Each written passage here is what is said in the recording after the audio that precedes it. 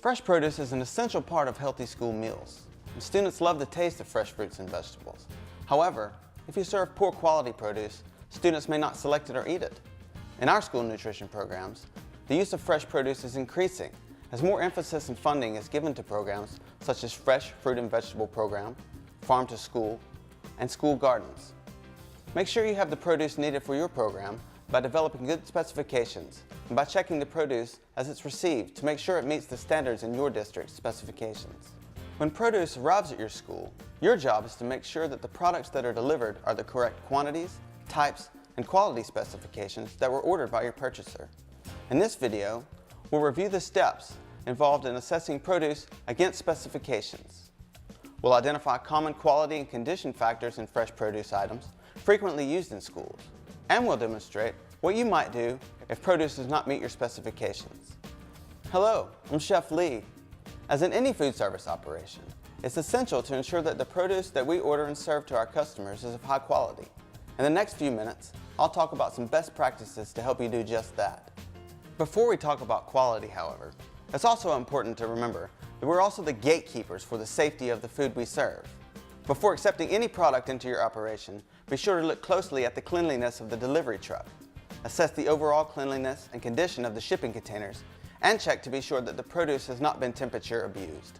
If you find that the shipping crates are dirty or there's obvious temperature abuse to the produce, bring these issues to the attention of your supervisor before accepting any product. Depending on the policy in your school district, you may be allowed to do a thorough check-in after the delivery person has left. However, best practice is to do your quantity and quality checks before the driver leaves. This way, if you find that quantities are not correct or you discover products that do not meet your quality standards, you can take corrective action immediately. Regardless of when you do the check-in, it's essential that you assess the produce quickly so that it can be transferred to the proper storage locations as promptly as possible. When receiving, it's important to compare the incoming shipment with the purchase order and the delivery ticket supplied by the driver to ensure that the products delivered were in fact ordered. Although the information included on a purchase order will vary from operation to operation, it may specify the grade, type, size, and quantity of produce items. Here's an example of the information you might see on your purchase order. On this form, we see that in this order there should be 1 case of bananas. They should be average size and yellow in color. In this chart, we see that the color standards for different stages of ripeness of bananas. Let's look at the box of bananas that was just delivered. The shipping box seems to be in good condition. There's no dirt or wet spots. Now here's a best practice. Always be sure to check the bottom of the containers. When I open the case, I see that the bananas are indeed yellow in color and average size. When you open your case, don't just check the top items. Go down to the middle and the bottom of the box, spot checking to be sure that the majority of bananas in the box meet your specifications. This is especially important with strawberries. The berries on the top of the box may be perfect, but once further down may have already begun to show signs of mold. As you open and assess your delivery, some of the items will need to be checked for temperature. This is particularly true for pre-cut produce, such as lettuce or apples. It's not as important that whole items, like apples, oranges, or vegetables, be at or below 41 degrees. In fact, they may not be, because they may not have been stored at 41 degrees at the distributor's warehouse. Refrigeration units and delivery trucks are designed to maintain temperature, not to cool produce. It's important to remember that food safety and quality can be seriously jeopardized during shipping. Correctly checking the temperatures of temperature-sensitive produce, like fresh-cut produce, is very important. Let me show you how to check the temperature of fresh-cut produce using an infrared thermometer, and then I'll demonstrate a STEM thermometer. Just remember, regardless of the type of thermometer you use, make sure it is correctly calibrated. When using the infrared thermometer, flatten out the packaging and simply point and scan. If you're going to use a STEM thermometer, place it between the two packages. Don't puncture the packages. That's because the air inside the bags is controlled to maintain quality and shelf life. Puncturing these packages increases the chance of bacteria and other contaminants getting into these products.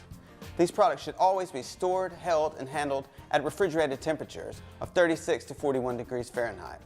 Be sure to record the temperature on the invoice or another appropriate form used in your operation. If the temperature is not within the acceptable range for the item, or if there is evidence of temperature abuse, such as shriveled lettuce, set the item aside and discuss with your supervisor if it should be rejected. After checking the temperatures of the produce, you'll do an assessment for quality of all the items in the shipment. Remember, you want to examine the entire contents of a box rather than just the items on the top.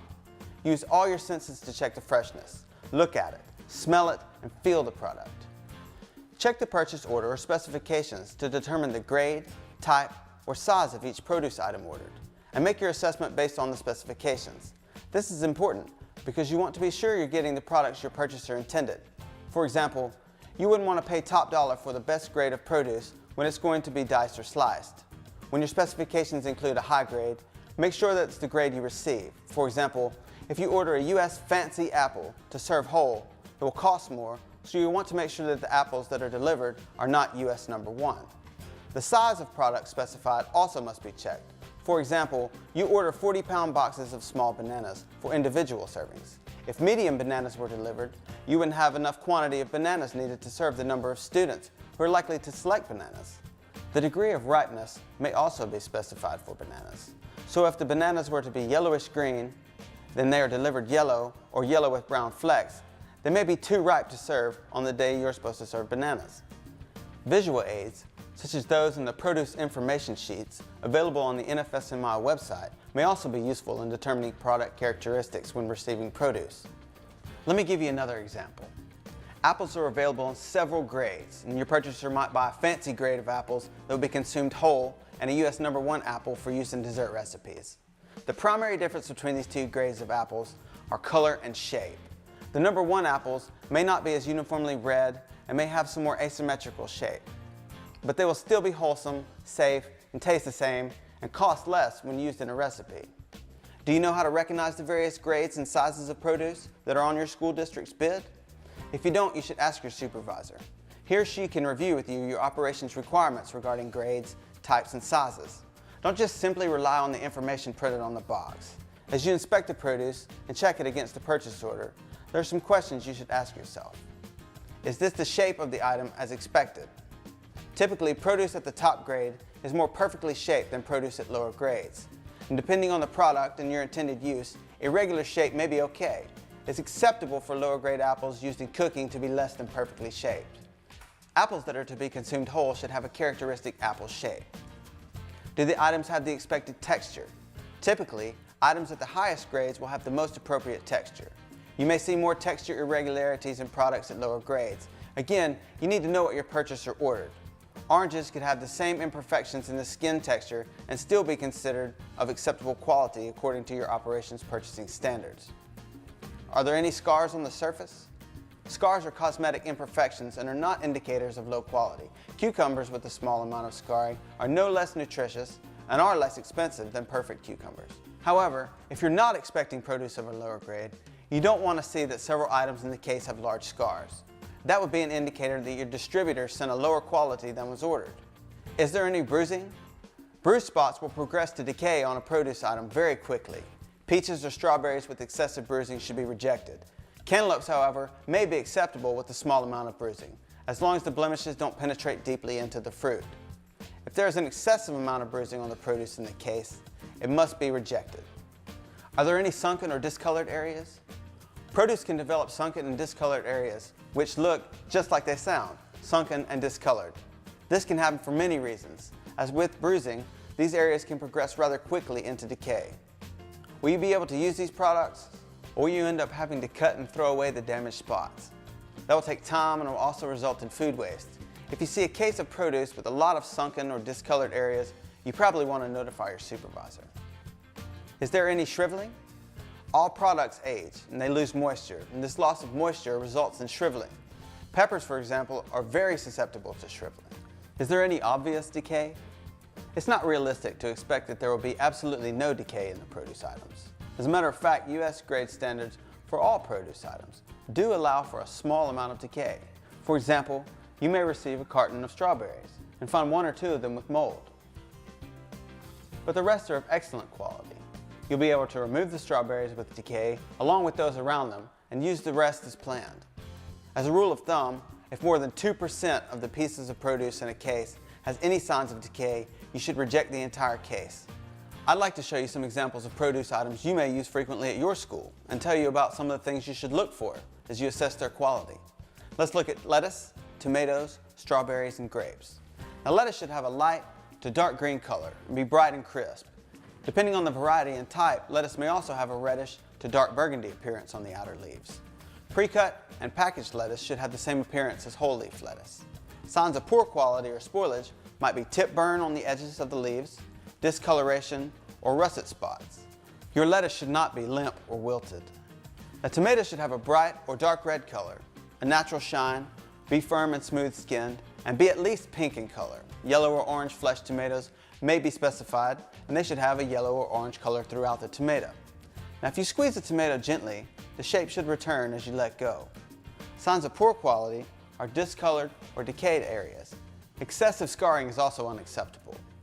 Strawberries should have a bright red color, a natural shape, and have the caps still attached.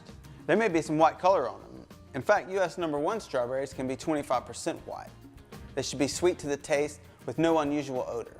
Signs of poor quality are mushy or hard flesh, pale tan spots that indicate the beginning of decay or an unusual shape. And finally, grapes should be firmly attached to the stems. They should have bright color and be sweet to the taste, plump and firm.